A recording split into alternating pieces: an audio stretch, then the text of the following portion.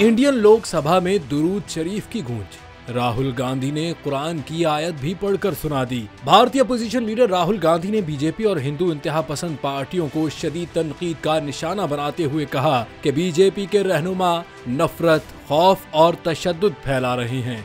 ये लोग हिंदू लीडर होने का दावा करते हैं, लेकिन साथ ही साथ नफरत और तशद्दुद भी करते हैं। ये हिंदू नहीं है।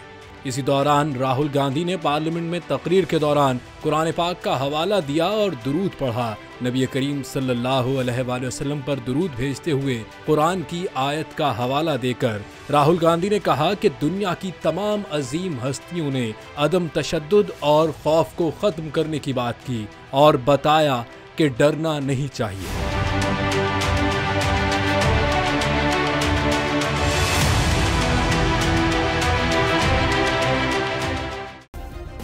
सब्सक्राइब करें और बेल दबाएं ताकि कोई खबर रह न जाए।